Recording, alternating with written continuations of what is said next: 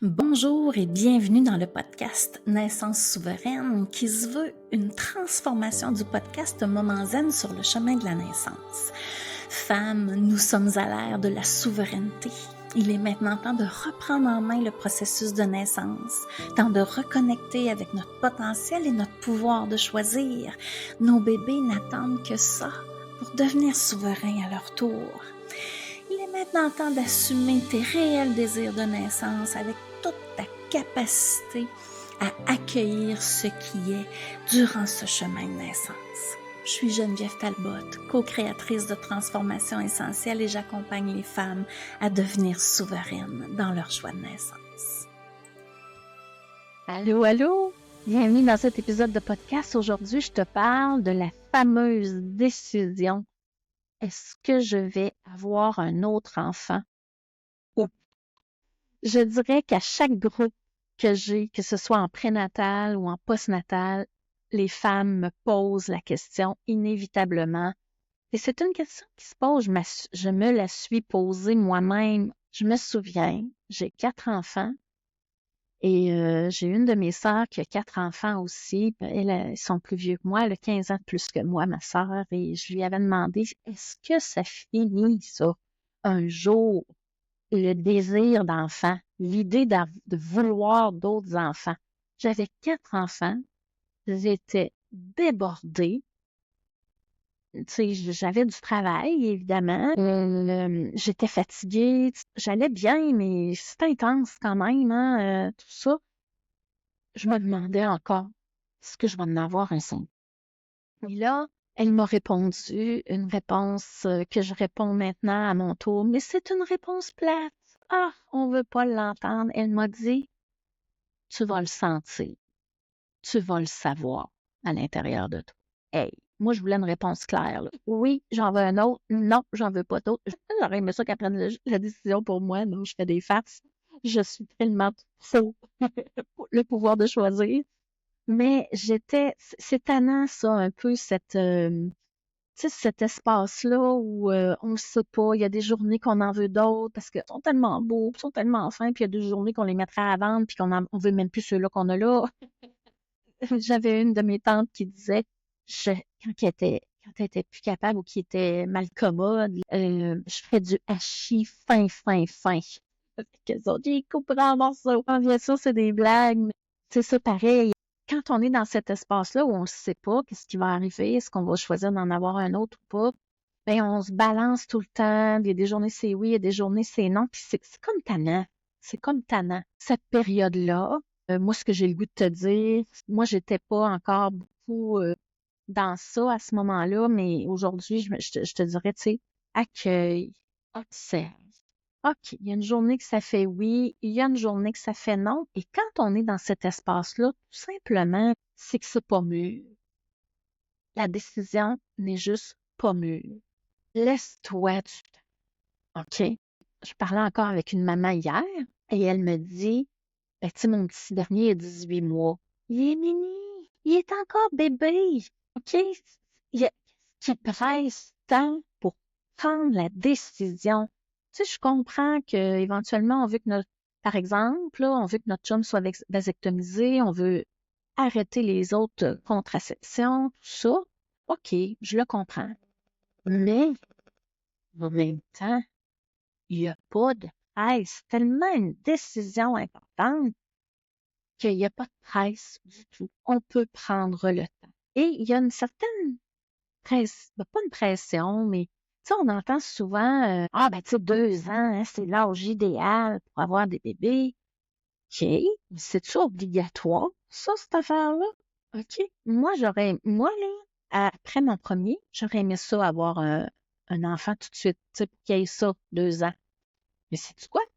Moi, j'ai fait une fausse couche entre ma première fille et ma deuxième fille. Vers 8-9 semaines, j'ai perdu mon enfant. Et évidemment, ben là, le temps de me remettre, de redevenir enceinte, ben sais-tu quoi? Ils ont 3 ans de différence. Il n'y en a pas de problème. Et moi, je me suis rendu compte que, tu sais, à 3 ans, là, sont propres, sont un petit peu plus autonomes. C'est encore des enfants, là, mais c'est moins des bébés. Ils sont aidants. Tu sais, moi, je me suis dit, OK, peut-être que j'étais pas faite pour avoir des enfants rapprochés. Je m'étais dit ça, je me souviens, quand ma deuxième fille est née dans les mois qui ont suivi. Puis nous, à la base, mon chum et moi, on avait le désir d'avoir au moins 2 enfants. Puis après ça, on se disait, ben là, on verra, tu sais, on verra bien. Et après ma deuxième grossesse, ça a pris un certain temps.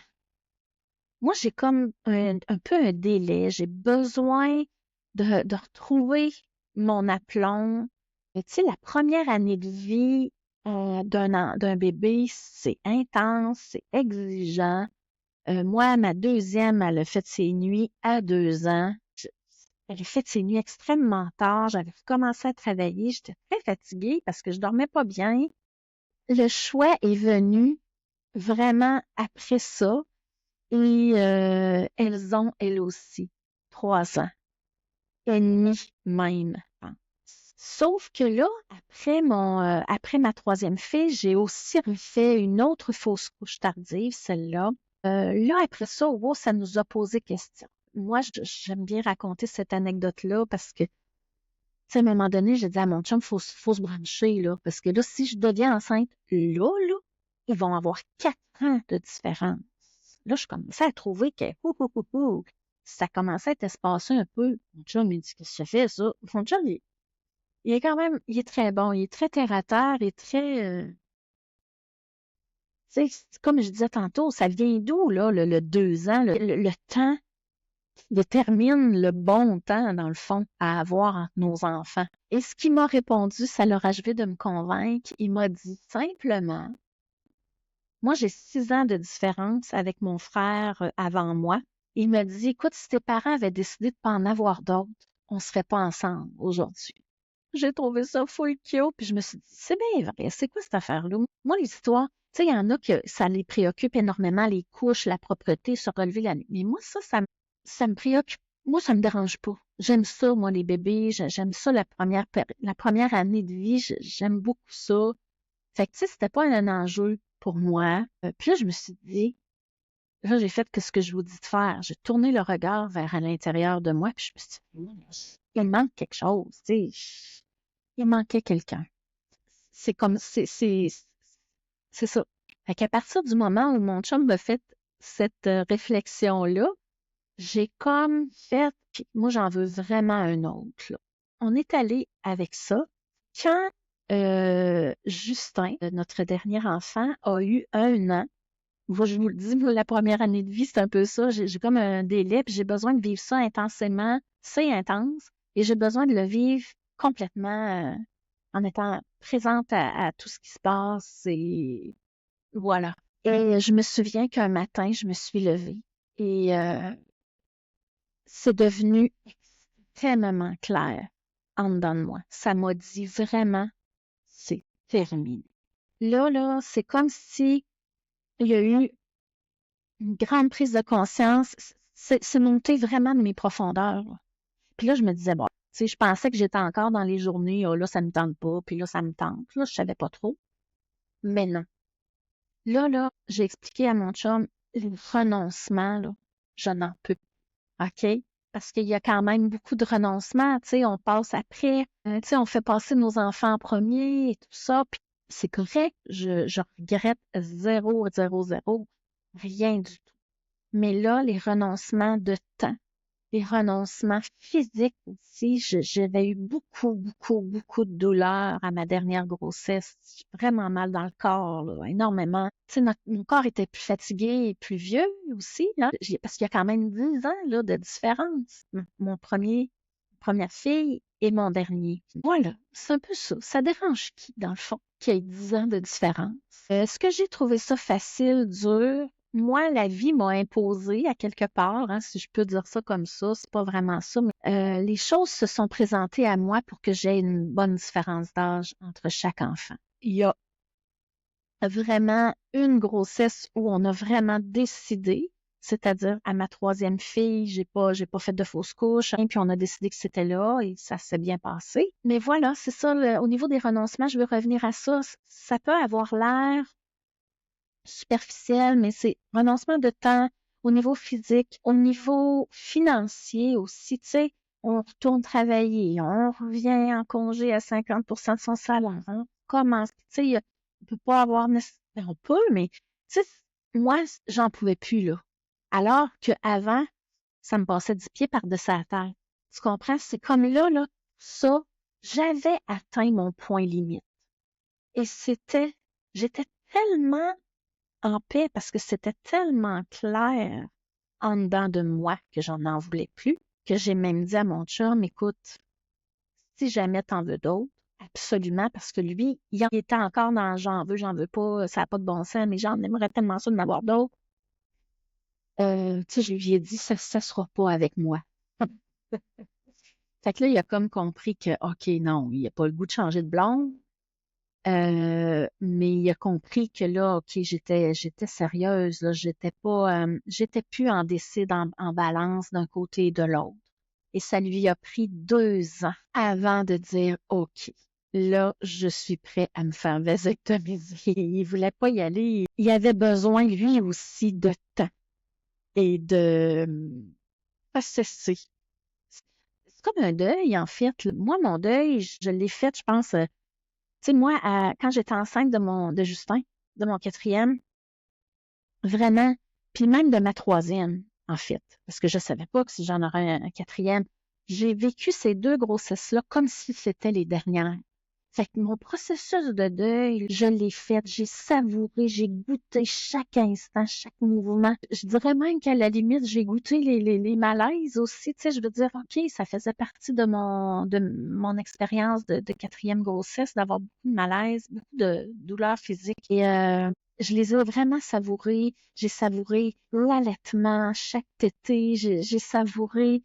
Tu sais, j'étais comme avec cette idée à ma 3e, entre autres, moi, je n'ai pas d'autre. Je savoure. Fait que, tu sais, moi, j'ai l'impression que j'ai rien manqué, là. C'était pas toujours rose, là. OK? J'essaie pas de dire que j'étais sur un nuage blanc, là, puis que la vie était toujours, toujours, toujours belle. Non, c'est pas vrai, ça. C'est des faussetés. Mais quand même, j'ai savouré pleinement tous ces instants. Alors, à la question, est-ce que je vais en avoir un autre? Laisse-toi le fais confiance que ça va devenir clair et tu n'as pas besoin d'être pressé que ça devienne clair. OK? Tu as besoin de l'avoir à l'idée. Tu sais, on n'a pas le goût de retourner dans les couches, on n'a pas le goût de retourner dans les nuits. Quelque part, je vais le dire comme ça, le désir d'enfant, peut-être qu'il n'est juste plus là. Parce que quand on a vraiment un désir d'enfant intense, on s'en sac les couches, puis de se réveiller la nuit. On a tellement le désir profond d'en avoir un autre que tous ces petites bricoles-là, là, ces petits détails-là, ils n'ont aucune importance. Ça qu'observe les excuses que tu te donnes, autant pour avoir d'autres, autant que pour le oui et pour le non. Le point, là, c'est vraiment le désir d'enfant. Est-ce que le désir d'enfant est présent ou il est plus présent? Et tant qu'il ne sera pas 100% d'un bord ou de l'autre, la décision, c'est parce qu'elle n'est pas bonne. Alors voilà, j'espère que ça t'éclaire un peu. Parce que, n'oublie pas, tu as tout ce qu'il faut à l'intérieur de toi pour prendre une décision éclairée, mais aussi pour vivre un accouchement physiologique et souverain. Ce sera un plaisir de co-créer avec toi, peu importe les services que tu vas venir chercher auprès de moi. Je te dis à bientôt. Et n'oublie pas, tu peux te permettre de croire à une naissance souveraine parce que tout est déjà là en toi. Et avant de se quitter, je t'invite à consulter mon site internet genevièvetalbot.com pour y trouver des méditations, des stratégies gratuites pour que tu puisses gagner en confiance en ta capacité d'accoucher. Tu vas y retrouver aussi mon calendrier pour connaître mes disponibilités pour un soin énergétique en virtuel ou en présentiel et aussi un calendrier pour réserver un appel découverte avec moi pour voir comment je pourrais t'accompagner personnellement dans ta quête de souveraineté. Alors, au plaisir de co-créer avec toi. Je te dis à bientôt. Bye bye.